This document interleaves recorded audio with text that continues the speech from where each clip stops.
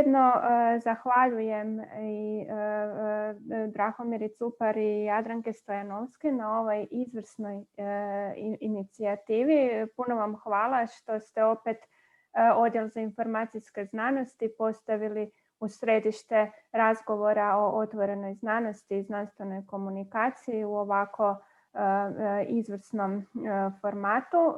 Dakle, korona nas je mnogomu naučila. Jedno od toga je i nešto dobroga, a to je da se možemo u velikom broju nalaziti i propitivati ovako važne teme i u ovakvim formatima. Zahvaljujem što evo i na ovaj način potvrđujete zapravo prepoznatljivost našeg odjela u vrijeme kada govorimo o promjenama u otvorenoj znanosti, u znanstvenoj komunikaciji, kada promišljamo zapravo o toj transparentnijoj znanstvenoj komunikaciji u svim okruženjima. Drago mi je da ste evo opet u okrilje našeg odjela postavili tako važne teme i veselim se svim ovim budućim predavanjima, pa onda i novom PubMedu koji će, pretpostavljam i ove godine kao i do sada, biti kruna ovakvih rasprava i promišljenja. Evo, želim uspješan niz. Nadam se da će biti velika i posjećenost jer su ovo zaista teme koje bi trebale biti važne svim znanstvenicima. Pa evo, sretno vam svima i zahvaljujem još jednom na ovoj organizaciji. Puno hvala pročelnici našega odjela. Evo, sretna sam što sam vidjela da nam se i prorektor Faričić uspio priključiti. Evo, prorektore, izvolite ako nam možete pozdrav uputiti. Hvala lijepa. Evo, sve vas najsrdačnije pozdravljam u ime Uprave Sveučilišta u Zadru. Pozdravljam i vas osobno, ali i samu inicijativu da se na ovaj način progovora o otvorenoj znanosti. U sve to smo uključeni na više različitih načina i doista Odjel za informacijske znanosti putem svojih djelatnika tome u mnogome pridonosi. A evo, stjecajem okolnosti da u našim redovima imamo i profesoricu Jadranku Stojanovski, svakako je katalizirala neka naša događanja na sveučilištu i neka naša usmjerenja koja su onda rezultirala i odgovarajućim sveučilišnim aktima, ali i politikom otvorene znanosti za koju se naše sveučilište opredjeljuje. Smatramo da znanost općenito nema granica, kako onih među državama, tako i onih među kulturama, među raznim drugim dionicima u društvu i gospodarstvu. Što više, od znanosti se očekuju najviši standardi, nesebičnost u stjecanju i u dijeljenju znanja. A znanje je upravo pokretač svakoga razvoja. Kada govorimo o razvoju, evo i Europska unija je u nedavno završenom strateškom razdoblju do 2020. godine, a novi okvir još uvijek nije baš potpuno definiran, čak zasnivala svaki društveni i gospodarski razvoj na takozvanom održivom, uključivom, ali i pametnom rastu. To pametan rast i često se transferira u realnom životu kroz razne sintagme pametnih gradova, pametnih otoka, pametnih regija, podrazumijeva upravo povezanost akademske zajednice sa društvenom i gospodarskom zajednicom kojoj ta akademska zajednica zapravo i pripada. I mislim da je upravo načelo otvorene znanosti, koja će biti lišena bilo kakove komercijalizacije koja je samo iz sebi svrha, koja će omogućavati razmjenu ideja, znanja, metoda, tehnologija samo za još veće stjecanje dodatnih vrijednosti i jačanja javnog dobra, može ispuniti svoju temeljnu ulogu koju znanost ima u društvu.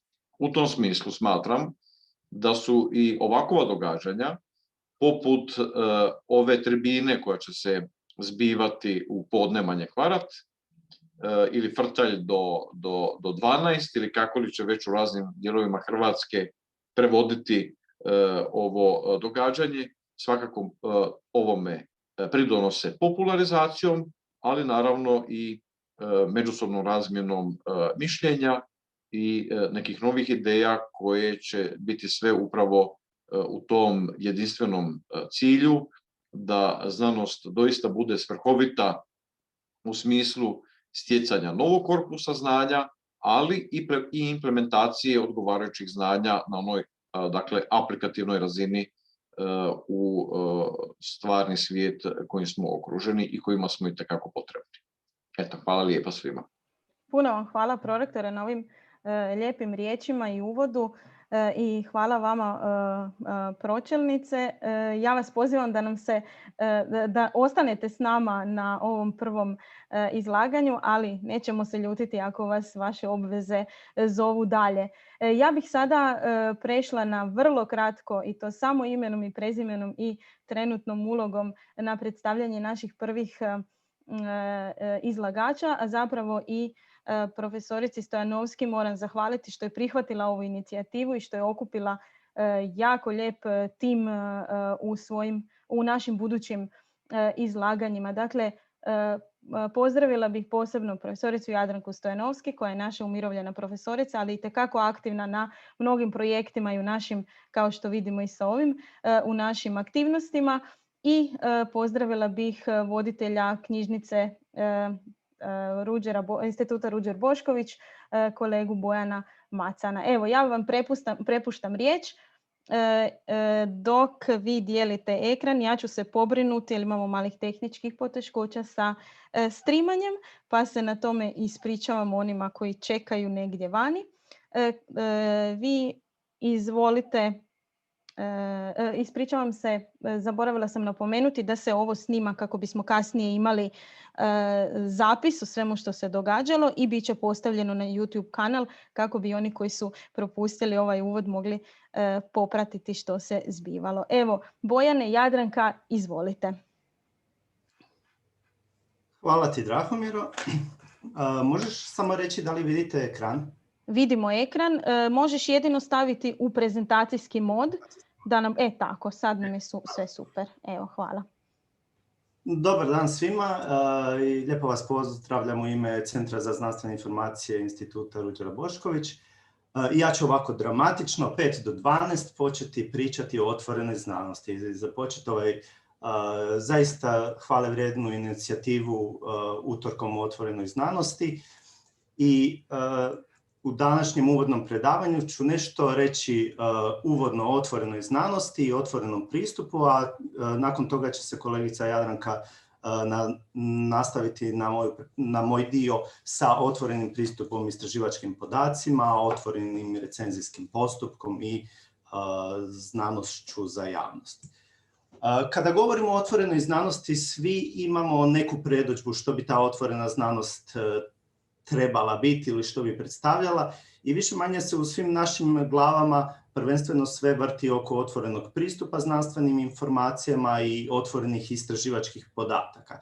I to zaista jesu dva stožerna neka kamena temeljca otvorene znanosti, jer da bi znanost zaista mogla biti otvorena, da bi mogla biti otvorena i za javnost, ali i za druge znanstvenike, omogućiti dijeljenje i suradnju na istraživanjima i na novim idejama, prvenstveno trebaju biti dostupne informacije znanstvene, bilo u obliku znanstvenih publikacija, bilo u obliku istraživačkih podataka koji su jedna ključna vrijednost znanosti koja nažalost do sada nije bila u tolikoj mjeri dostupna, ali također je moguće i uključiti znanost i znanstvenu javnost, u biti širu javnost, detaljnije i jače u znanstveno-istraživačke procese gdje oni mogu prikupljati neke podatke za znanstvene istraživanja, mogu promatrati određene pojave i na različite druge načine sudjelovati. Ali pod ovim kišobranom otvorene znanosti mi u biti imamo i cijeli niz drugih procesa koji su ključni za otvaranje i transparentnost znanosti, kao što su otvorena prosudba u znanosti i otvoreni recenzijski postupak koji će vrednovati zaista aktivnosti znanstvenike na području otvorenog otvorene znanosti, ali koji će biti transparentni i na jedan jasan način dati do znanja što se to u znanosti vrednuje, što je to neki doprinos u znanosti i u biti otvorena znanost mora promijeniti jako puno stvari koje su do sada na određeni način u znanosti funkcionirale. I jedna od ključnih stvari zašto je važno i zašto treba se znanost otvoriti, a to je da bismo omogućili reproducibilnost rezultata istraživanja, što nažalost vrlo često nije slučaj do sada i velik broj istraživanja je gotovo nemoguće ili praktički nemoguće reproducirati jer ili nije jasno navedena metodologija ili su nepotpuni podaci ili podataka uopće nema i nema pristupa tim podacima, tako da kada govorimo o otvorenoj znanosti, u biti mi govorimo o otvaranju svih procesa znanosti koji će u krajnjoj liniji doprinijeti boljoj znanosti, kvalitetnijoj i boljim i bržem napretku ne samo znanosti nego i civilizacije općenito. Ovdje je za one koji će se poslije možda vratiti prezentaciji jedna od mnogih definicija što bi otvorena znanost trebala biti. A koji su benefiti otvaranja znanosti i prakticiranja otvorene znanosti u praksi? Pa prvenstveno otvorena znanost će popraviti kvalitetu samih znanstvenih istraživanja jer će sve informacije potrebne za reproduciranje istraživanja biti javno dostupne i bilo tko će moći provjeriti je li zaista istraživanje provedeno na pravilan način i je li u krajnjoj liniji pravilno interpretirano. Znanost će biti efikasnija jer će se brže moći doći do otkrivanja novih saznanja u znanosti. Neće biti potrebno ponavljati identične ili slične istraživanja jer ćete već imati pristup informacijama, analizama i svemu od prethodnih istraživanja i samo se na to ćete moći nadovezati. Otvorena znanost će svakako povećati inovativnost ne samo u znanosti nego u društvu jer pristup relevantnim informacijama će rezultirati rađanjem mnogih ideja, bilo za komercijalizaciju nekih ideja, nekih teorija ili za proizvodnju nekih novih proizvoda u realnom sektoru. Javnost dobrim dijelom financira znanstvena istraživanja, pa je i važno da ima pristup tim rezultatima istraživanja, ali i općenito da se može uključiti u neke procese na način bilo kroz znanost za javnost, bilo samo kroz konzumiranje rezultata istraživanja. I tu su naravni globalni benefiti za cijelo čovječanstvo i za ekonomiju, jer će pristup relevantnim informacijama znanstvenim i otvaranje znanosti rezultirati ekonomskim boljitkom država kroz razvoj industrije, kroz razvoj novih proizvoda, ali i za samo zdravstveno i općenito nivo civilizacijski koji ćemo imati u svijetu. A kako je to bilo prije otvaranja znanosti? To jest, otvaranje znanosti je još uvijek u procesu, to je proces koji traje. No prije smo imali dosta zatvorene procese unutar znanstvene zajednice i recimo znanstveno izdavaštvo je samo jedan od tih primjera, ali može se i to projicirati na ostatak znanosti. Recimo imamo kod objavljivanja znanstvenih radova situaciju da znanstvenici provode svoje istraživanje, napišu neki rukopis i pošalju ga znanstvenom izdavaču na objavljivanje. Sami istraživački podaci koje je taj znanstvenik do kojih je došao ostaju kod njega na računalu i nitko im nema pristup i nitko ih nikad neće vidjeti. Kod izdavača se dešava da izdavač pronalazi recenzente, opet neke druge znanstvenike koji opet za njih rade posao besplatno recenziraju rukopis i na taj način popravljaju samu kvalitetu publikacije koja će jednog dana ugledati svjetlo. Zatim izdavač da neki svoj doprinos, on napravi PDF ili u nekom drugom formatu formatira članak i objavi službeno časopis u bilo tiskanom, bilo digitalnom obliku. I što sve rezultira time da imamo znanstvene časopise. No, proces je bio takav da su na kraju znanstveni časopisi, to jest izdavači, bili ti koji su pobirali kako bismo to mogli nazvati, vrhnje u tom cijelom procesu, jer su prodavali opet tim istim znanstvenicima koji su napisali radove i koji su recenzirali rad, njima su prodavali pristup tom cjelovitom tekstu rada. I tu smo dolazili do apsurda da znanstvena zajednica koja je generirala rezultate istraživanja i koja je dala sav intelektualni input u te informacije nije imala pristup informacijama, osim ako nije to dobro platila izdavačima. I tako je krenula inicijativa otvorenog pristupa, koja je jedan od glavnih kamena temeljca otvorene znanosti. Svi znamo što otvoreni pristup jest, ali ovdje bih samo volio naglasiti dva glavna segmenta otvorenog pristupa. To je besplatan pristup, mrežni pristup informaciji kao jedan segment, a drugi segment je pravo korištenja tih informacija i za razne svrhe.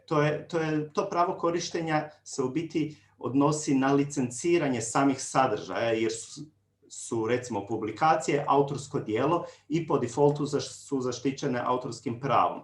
No, da bi se stvarno otvorena znanost mogla u svojoj punini ostvariti, važno je da publikacije dijelimo pod nekim otvorenijim licencijama i u idealnom slučaju bi to trebale biti Creative Commons licencije. I sada ću pokušati sumirati načine na koje se uopće može otvoreni pristup publikacijama ostvariti. Dva su neka glavna načina.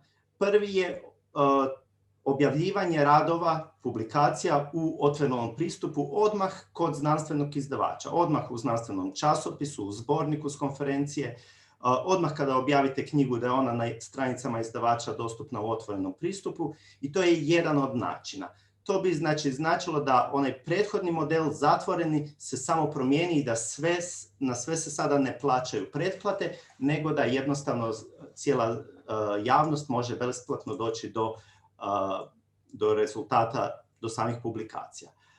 Druga varijanta otvorenog pristupa, kako se on može postići, je ono kako je cijela inicijativa i krenula. A to je samo arhiviranjem, odnosno pohranjivanjem određenih verzija publikacije na internetu u otvorenom pristupu.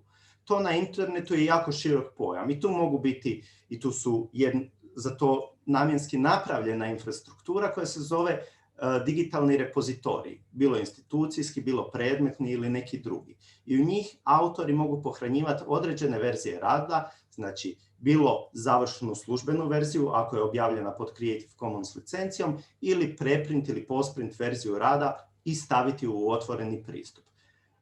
Mogu se radovi pohranjivati na društvenim mrežama namijenjenim znanstvenicima, na osobnim stranicama autora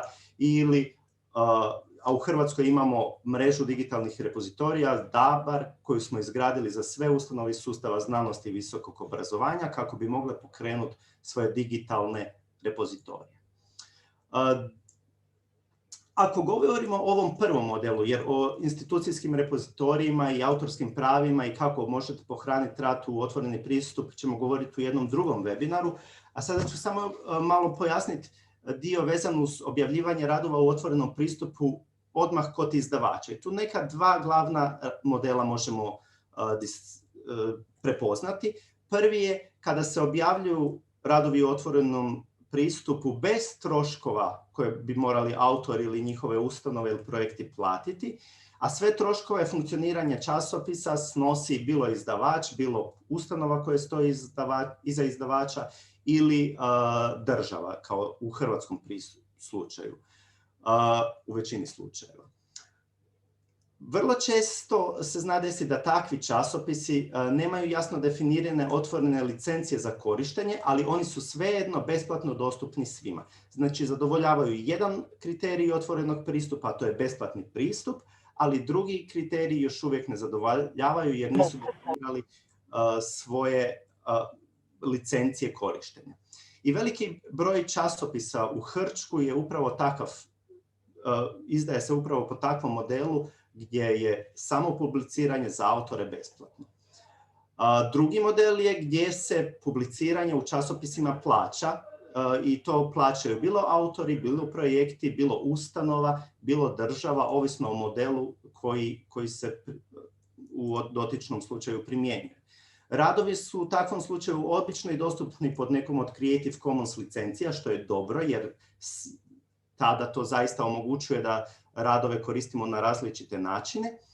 I možemo razlikovati dvije vrste časopisa. Oni koji objavljuju sve radove u otvorenom pristupu i oni koji objavljuju samo dio radova u otvorenom pristupu, a za dio radova i dalje naplaćuju troškove objave, takozvane article processing charges.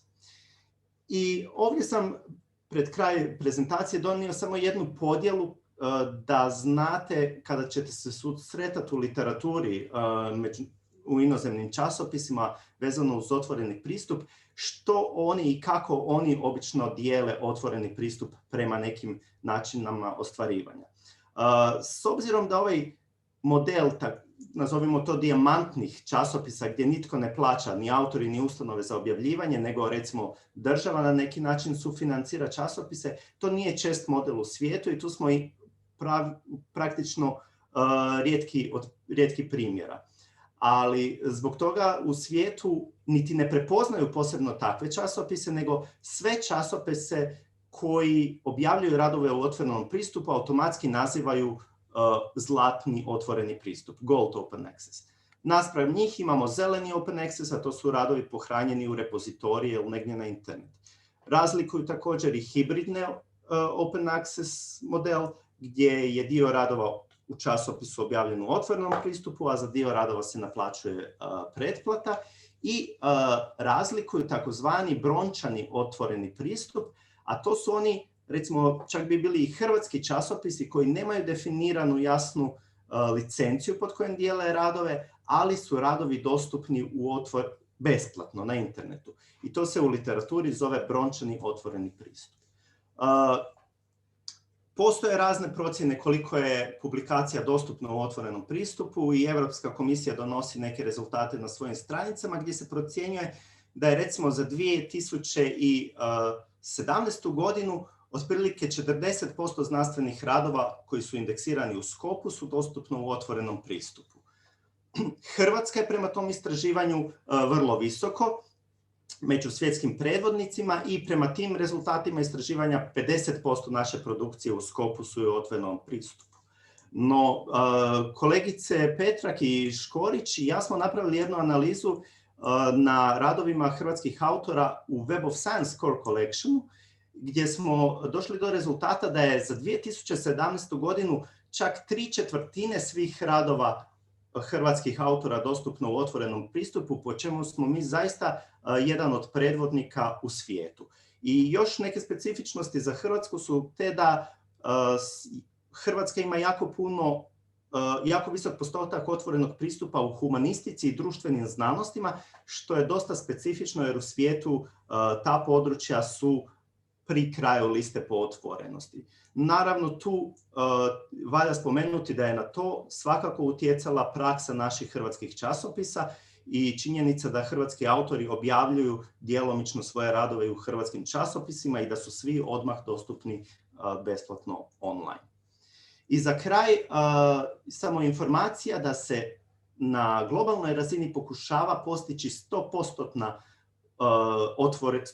otvoreni pristup znanstvenim publikacijama i zbog toga je napravljen plan S koji podupiru pojedini financijeri znanstvenih istraživanja, Europska komisija, Science Europe i gdje je cilj da od 1.1.2021. znači od ove godine, sve znanstvene publikacije temeljene na rezultatima istraživanja koje su financirana sredstvima tih financijera koji podržavaju plan S, budu dostupna u otvorenom pristupu. Bilo odmah u znanstvenim časopisima, to jest publikacijama, bilo kroz arhiviranje u institucijske ili neke druge repozitorije.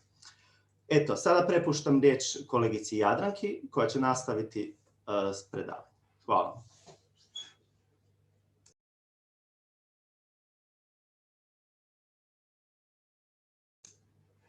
Jadranka, čuješ li nas? Evo ga, oprostite, ostavila sam mute. Pa iako je razvoj otvorene znanosti, posebno otvorenog pristupa, što je Bojan istaknuo, uzelo maha zadnjih usudila bi se reći kad se radi o otvorenom pristupu i desetljeća. Mnogi su problemi još uvijek prisutni i ne bi se moglo reći da smo napravili značajan iskorak u unapređivanju znanstvene komunikacije. U online okruženje prenijeli smo tradicionalno znanstveno izdavaštvo koje, iako je online, nije usvojilo niti dio mogućnosti koje digitalni mediji i online okruženje nudi, pa tako mi još uvijek imamo statične publikacije objavljene u knjigama i časopisima. Jedan od ogromnih kočničara razvoju je činjenica da imamo jako komercijalno i jako okrupnjen sustav znanstvenog izdavaštva gdje preko polovice radova svih koji se u svijetu objavljuje 5 velikih izdavačkih kuća koje načelno kao usvajaju otvoreni pristup uz naravno visoke naplate, tako da njihovi profiti koji su inače ogromni doseže 40%, sa ovim novim načinom zapravo stjecanja profita postaju još veći. Bojan je istaknuo ogroman problem nereproducibilnosti rezultata znanstvenih istraživanja o kojima se piše u tim tradicionalnim publikacijama. Svakako činjenica da svega 3% znanstvenika nema problema sa reproducibilnošću jako puno govori o potrošenim sredstvima, uzalud, znači o zapravo stavljanju velikog znaka upitnika u vjerodostojnost znanosti, jer objavljivanje vaših rezultata znanstvenih istraživanja nije zato da biste skupljali broj radova i broj citata, napredovali u zvanju, već da biste omogućili drugim znanstvenicima da koriste to što ste napravili, da ospore ili potvrde ono do čega ste vi došli u svojim istraživanjima. Recenzijski postupak je također, iako se većinom kunemo da je to nešto što čuva integritet i vjerodostojnost znanosti, on kao postupak je bremenit različitim problemima od pristranosti, recenzenata, nedovoljne razine objektivnosti i slično, i čemu svjedoči zapravo sve veći broj osporenih radova koji se objavljuju čak i u najeminentnijim časopisima pa budu poslije povučeni, osporeni. Sama prava i pristup rezultatima znanstvenih istraživanja su jedno ogromno područje za sebe i svi oni koji su ili pokušali kao istraživači staviti svoj rad u otvoreni pristup ili naši kolege koji upravljaju institucijskim repozitorijima znaju koliko je zapravo mukotrpno uopće odrediti koju verziju rada smije autor tog rada pohraniti u otvorenom pristupu. Na to se nadovezuje i korištenje rezultata znanstvenih istraživanja od društva, pa tako 17 ciljeva održivog razvoja od UNESCO-a sigurno se sa sadašnjim načinom provođenja znanosti neće ostvariti, jer je unatoč ovih svih otvaranja znanost je još zapravo nekako zatvorena u svoje okvire i ne pridonosi dovoljno unapređenju društva, zajednice ili, kako je Bojan rekao, civilizacije. I svemu tome zapravo, u svemu tome jako su važni sustavi prosudbe, pa kao što rekao, zakoračili smo u razvoj otvorene znanosti i pričamo o otvorenom pristupu, no naši sustavi napredovanja tu ne govorim o Hrvatskoj, nego globalno su vrlo tradicionalni, ne vrednuju otvorenost, nego upravo vrednuju objavljivanje u najprestižnijim publikacijama, koje je ujedno i najskuplje. Evo, nedavno smo svjedočili najavi časopisa Nature, gdje će objavljivanje rada u otvorenom pristupu stajati 10.000 eura. Sad, ko će si moći priuštiti i kako to pridonosi zapravo jednakosti o kojoj svi pričamo, to je pod velikim znakom pitanja. Ali ujedno bi upozorila da je prosječna cijena objavljivanja radova između 2.000 i 2.500 eura po radu, rada u otvorenom pristupu. To mogu si možda priuštiti bogatije zemlje sa većim ulaganjima u znanost, no za hrvatske istraživače to je jako veliki problem. Najnovije istraživanje Bjorna Bremsa pokazalo je, mogu vam to proslijediti svima koji ste zainteresirani, da je zapravo cijena objavljivanja rada u online časopisu, uključujući sve uredničke faze, oko $200. Tako da se možemo pitati gdje odlazi ovih još 2.000 povrh toga. Sljedeći. Važni su jako, znači, samo na 3 segmenta otvorene znanosti ću se osvrnuti vrlo kratko. Jedno su otvoreni istraživački podaci koji su postali top tema zadnjih godina, pogotovo sa uspostavljanjem Europskog otvorenog istraživačkog oblaka, koji se ne samo odnosi na otvorene istraživačke podatke, nego i na usluge vezane uz to, i sve bi to trebalo biti u sklopu EOSCA raspoloživo svim znanstvenicima. Kako se mi smo uključeni u razvoj EOSCA i sigurno ćemo vas izvještavati o tome. Bitno je napomenuti da istraživački podaci trebaju biti pronalažljivi, dostupni, interoperabilni i spremni za ponovno korištenje. I tu se uvriježila ta kratica FAIR, koja zapravo onda osigurava stvarno da su ti istraživački podaci pohranjeni na ispravan način. Sljedeći. O brojnim dokumentima i politikama neću, znači imate na raspolaganju stvarno more dokumenata o korisnosti istraživačkih podataka. Možda samo spomenuti direktivu Europske komisije koja svim članicama zapravo na neki način naređuje da do srpnja 2021. u svoje nacionalnu politiku koja će uključivati i istraživačke podatke, mislim da u Hrvatskoj to nećemo uspjeti, do srpnja, znači da budu istraživački podaci open by default, ne znam kako bi se to lijepo prevelo na hrvatski, i da budu kompatibilni s FAIR načelima.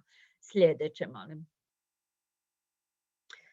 Koristi od otvorenih istraživačkih podataka su brojne, od veće vidljivosti i za same istraživače, ustanove, financijere znanstvenih istraživanja i društvo. Povećava se utjecaj ustanove, na primjer, stavljanjem, motiviranjem svojih istraživača da stave istraživačke podatke otvoreni pristup, pokazuju i odgovornost prema javnosti, prema poreznim obveznicima koji ih financiraju.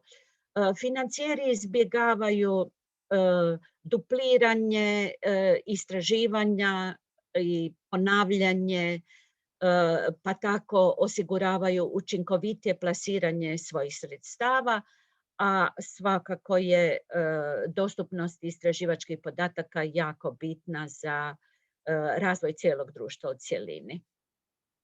Sljedeće. Šta motivira znanstvenike da dijele svoje istraživačke podatke? Naravno, najsnažnija motivacija je uvijek da se pohranjivanje istraživačkih podataka u otvorenom pristupu vrednuje, što sada nije slučaj, ili da na neki način postoji neka financijska nadoknada, no zapravo se suočavamo sa brojnim preprekama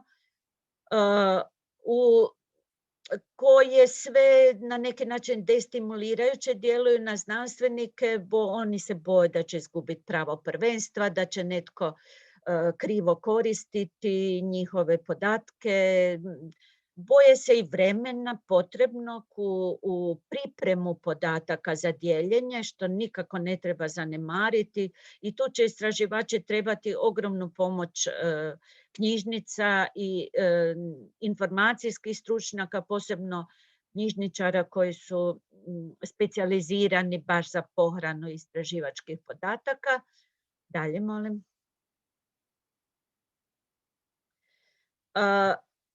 Kad se radi o otvorenoj znanosti i o znanstvenoj publicistici ili, kako je Marijana na početku spomenula, znanstvenoj komunikaciji koja je vršni koncept svim ovima, onda je sve to diktirano od prosudbe znanstveno-istraživačkog rada. Znači, dok mi samo govorimo o otvorenoj znanosti, otvorenom pristupu, nismo pritom promijenili sustave prosudbi, dotle se značajnije promjene zapravo neće desiti.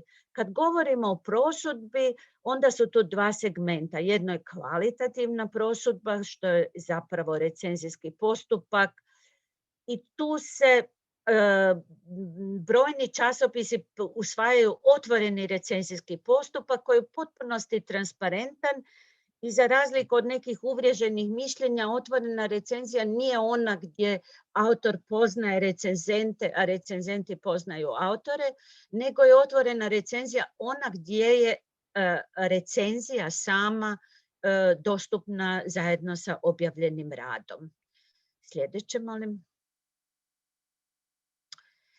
Kad se radi o prosudbi kvalitete znanstveno-istraživačkog rada, onda je, na primjer, Amsterdam Call for Action on Open Science na prvo mjesto stavio promjenu sustava prosudbi nagrađivanja. Sljedeće. Tako da bez toga da promijenimo postojeće sustave prosudbi koji uglavnom su temeljeni barem u Hrvatskoj na objavljivanju radova u prestižnim časopisima, bilo da su to časopisi prestižnih izdavača sa visokim impact faktorima, čimbenicima utjecaja, bilo kad se radi o knjigama u društvenim humanističkim znanostima, one moraju biti također objavljene od prestižnih i eminentnih izdavačkih kuća. Znanstvenici se stavljaju u situaciju da su stalno u utrci u kojoj se bore da imaju što više radova u što prestižnijim časopisima. I to svakako ide na štetu inovacija i razmjene znanja. Sljedeće. Nadam se da će Hrvatska će sigurno slijediti neke globalne trendove među zemljama Evropske unije. Već se pojavljuju neki lideri, na primjer Nizozemska, koji potpuno nove sustave napredovanja i nagrađivanja usvajaju i gdje se zapravo više vrednuje koliko istraživač je otvoren i koliko stavlja sve što proizvede u otvoreni pristup, nego gdje je objavio to što je objavio ili objavila. A posebno se stavlja naglasak na povezanost obrazovanja i znanosti. Sljedeće. Dva sam dokumenta istaknula Europske komisije koji znači, preporučuju nove sustave vrednovanja, ono što zovemo znanstvenim outputom, znači rezultata znanstveno-istraživačkog rada, gdje se ne misle samo publikacije i ne misle se samo na istraživačke podatke, već na sve ono što nastaje tijekom svih faza znanstveno-istraživačkog rada. Sljedeće. I završila bi sa znanošću za javnost koja u Hrvatskoj još nije uzela toliko maha kao u nekim drugim zemljama. Znači, kod nas se to dešava u sklopu naših festivala znanosti ili naših otvorenih dana koje visokoškolske i znanstvene ustanove organiziraju i onda pozivaju javnost da ih posjeti, da im predstave čime se bavi. Znanost za javnost je izuzetno važna i na zapadu postoje zapravo brojni projekti koji uključuju javnost u znanstvena istraživanja, pa tako građani vikende provode brojeći ptice i uzimajući uzorke tla ili mjereći temperature različitim senzorima i tako na neki način postaju dijelom provođenja znanosti, dijelom samog znanstveno-istraživačkog procesa, što je, ne moram isticati, posebno važno za vraćanje nekog povjerenja u znanost, za na neki način osvješćivanje javnosti i za, nadam se, u budućnosti manjem broju različitih teorija zavjera i slično.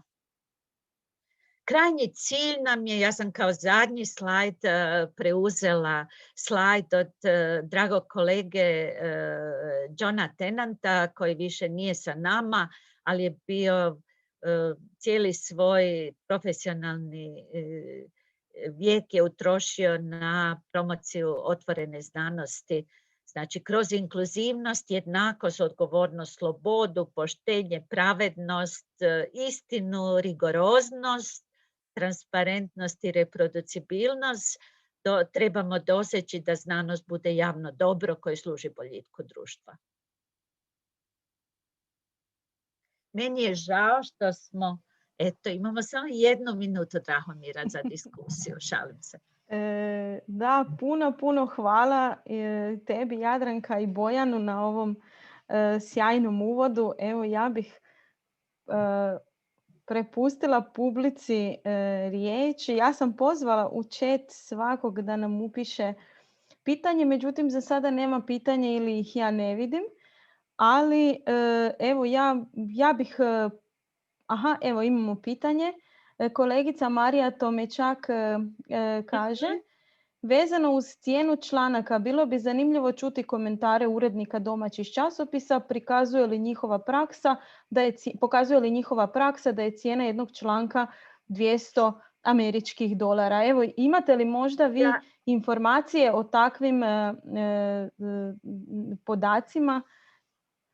Nemamo službene, ali ja sam provela jednu površnu neslužbenu analizu gdje sam zapravo uzela isključivo časopise koji se financiraju sredstvima Ministarstva znanosti i obrazovanja. Znači, uzela sam broj, ali samo znanstvenih radova, što možda nije bilo sasvim pošteno, ali znači oni radovi koji su prošli recenzijski postupak. I došla sam do brojke od tih €400 po radu, koliko bi koštao, kolika bi bila cijena rada objavljenog u domaćem časopisu. To je naravno kažem, jedna vrlo površna analiza, ali hvala Mariji za ovo zanimljivo pitanje. Hvala lijepa.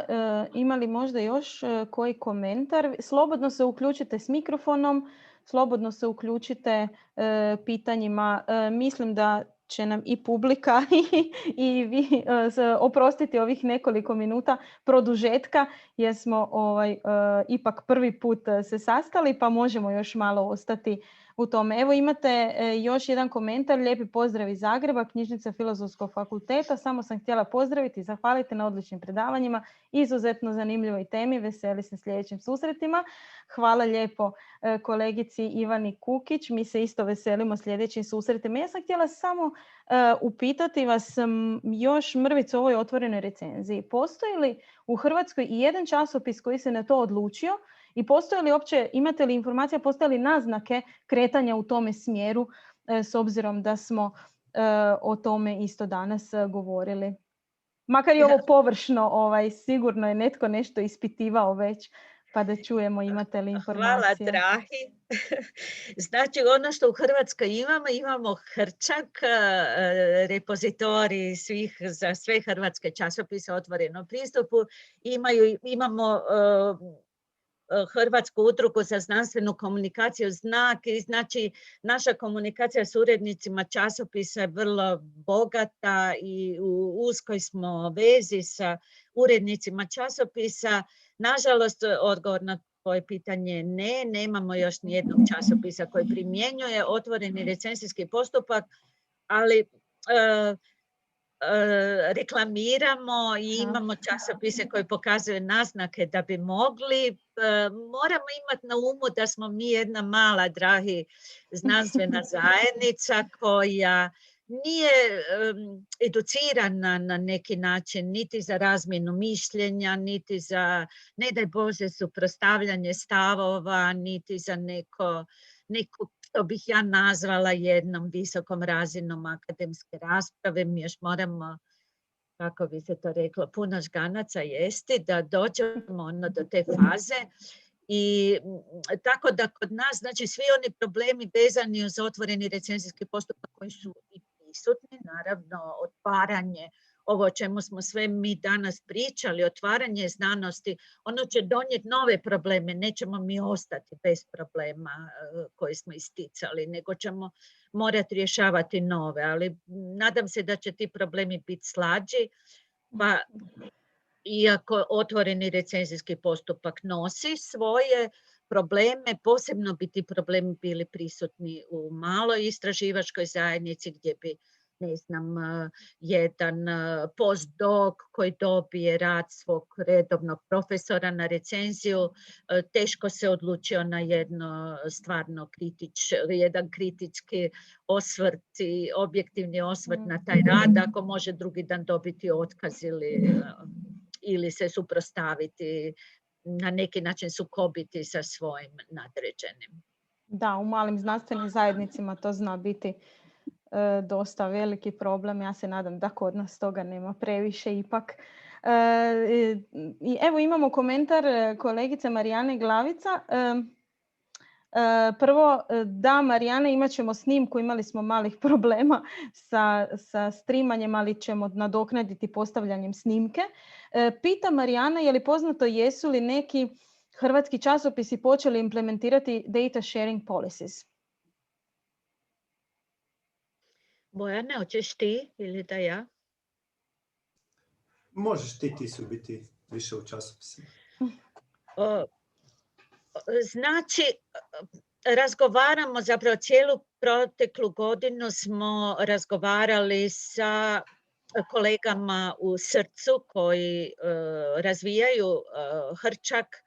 Takva jedna implementacija mora biti na neki način nadogradnja Hrčka, gdje urednici pohranjuju radove svojih časopisa i svakako bismo u tu kampanju krenuli na taj način da se svim časopisima omogući da motiviraju svoje autore na dijeljenje istraživačkih podataka, a da se sami istraživački podaci pohranjuju u sklopu DABAR infrastrukture, znači koju također Srce razvija i održava i koja osigurava znači, uspostavljanje repozitorija.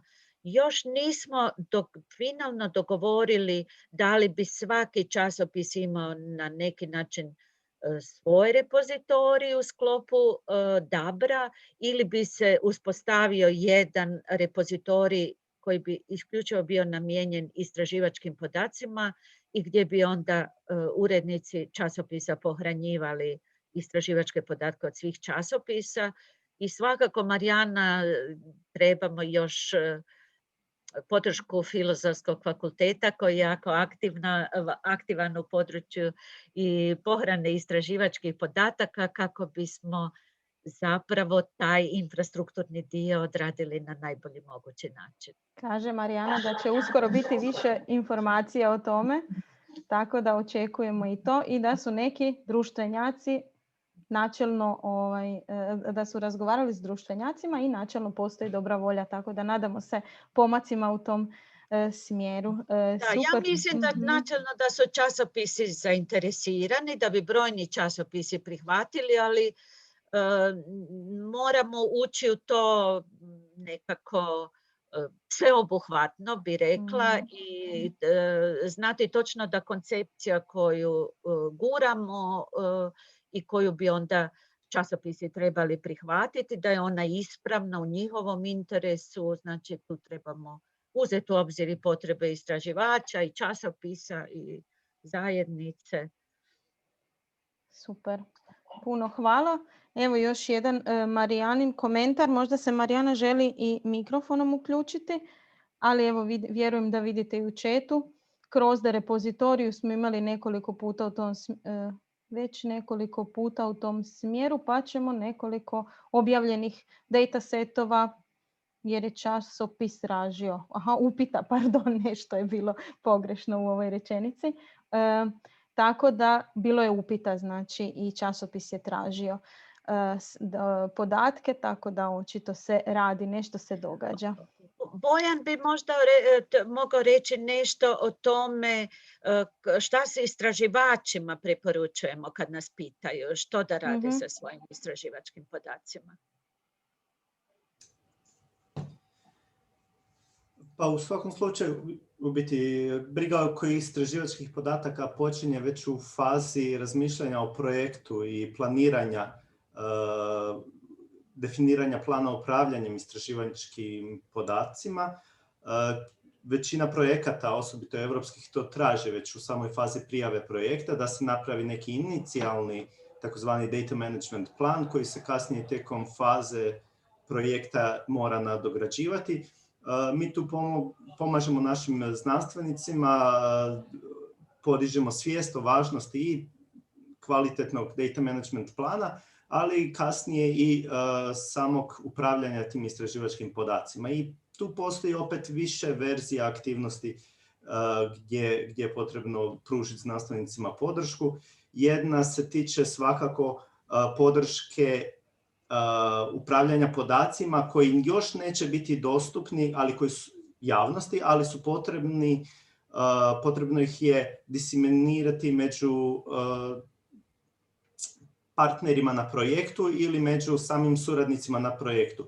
Znači, pružamo infrastrukturu za dijeljenje tih podataka interno, unutar istraživačkog tima, a nakon toga svakako u određenoj fazi kada do toga dođe je potrebno istraživačke podatke dobro opisati, pripremiti i pohraniti u neku infrastrukturu.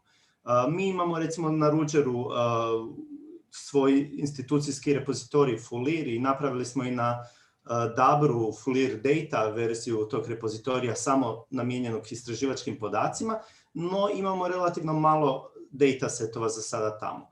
Znanstvenici se nekad odlučuju za korištenje svojih predmetnih repozitorija za istraživačke podatke, nekad te istraživačke podatke pohrane u infrastrukturu kao što je Zenodo, koja je na europskoj razini na raspolaganju svim znanstvenicima, ali naš je generalni plan svakako da istraživačke podatke naših djelatnika, naše ustanove pohranjujemo institucijski repozitorij.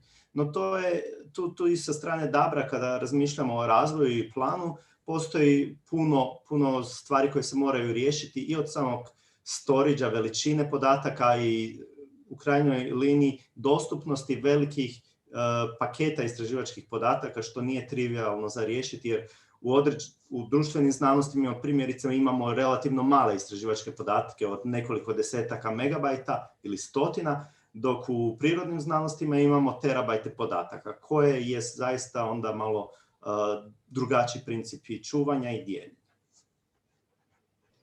Super, puno vam hvala.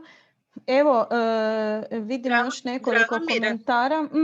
Može, slušam. Samo da nešto važno ne propustim evo za kraj. Može. Sama sam htjela pitati, jel imate za dodat slobodno. Da trebamo značajnije poraditi unutar knjižničarske zajednice. Znači, tu imamo recimo Filozofski fakultet i knjižnicu Filozofskog fakulteta kao izuzetak, ali znanstvenici jako trebaju pozitivan izuzetak. Znanstvenici jako trebaju podršku kad se radi o istraživačkim podacima i naprosto knjižničari, informacijski stručnjaci moraju educirati se u tom smjeru i tu je također odgovornost naših odjela, odsjeka za informacijske znanosti u Hrvatskoj, posebno pri sveučilištu u Zadru, koji trebaju na neki način kad netko dobije titulu diplomiranog knjižničara i slično, da to već uključuje određenu razinu obrazovanja u rukovanju istraživačkim podacima, kako bi takva osoba mogla na ispravan način podržati istraživače i poduprijeti ih u stavljanju podataka u otvoreni pristup. Svakako slažem se da ovaj dio edukacije isto mora biti uključen od samih početaka i kroz naše programe i kolegije i znanja i vještine koje stječu kompetencije naši izlazeći studenti, tako da svakako ćemo imati i te stvari u vidu za budućnost. Ima li netko možda još nešto za komentirati i dodati? Mislim da smo, evo sad smo ispunili točno sat vremena od kako smo se spojili i ja vam se svima zahvaljujem. Još uvijek imate prilike ako nešto želite dodati. Mislim da smo uspješno probili led i mislim da, evo, zahvaljujem se svima koji su došli. Još jednom isprike što su neki možda htjeli ostati anonimni u smislu praćenja na YouTube-u, ali to ćemo popraviti do sljedećeg puta. Postavit ćemo snimku ovog prvog susreta i ja mislim da mi preostaje samo svima vam još jednom zahvaliti i pozdraviti vas i pozvati vas da nam se pridružite ponovno sljedeći tjedan, jel tako, 23. ako se ne varam, u podne manje kvarat na istom mjestu uz, kažem, još malo promijenjene sudionike, jel tako? Imamo program koji je već distribuiran, ponovit ćemo poziv i slobodno dijelite poveznicu dalje. Bilo nas je ukupno maksimalno 61, dakle i u sam Zoom stane još, a kad budemo podijelili link dalje, onda ćemo imati i veću publiku i doseg. Eto, hvala vam još jednom svima, sve vas lijepo pozdravljam i kako ono kaže, ugodan ostatak dana. Hvala svima i doviđenja. Hvala, doviđenja.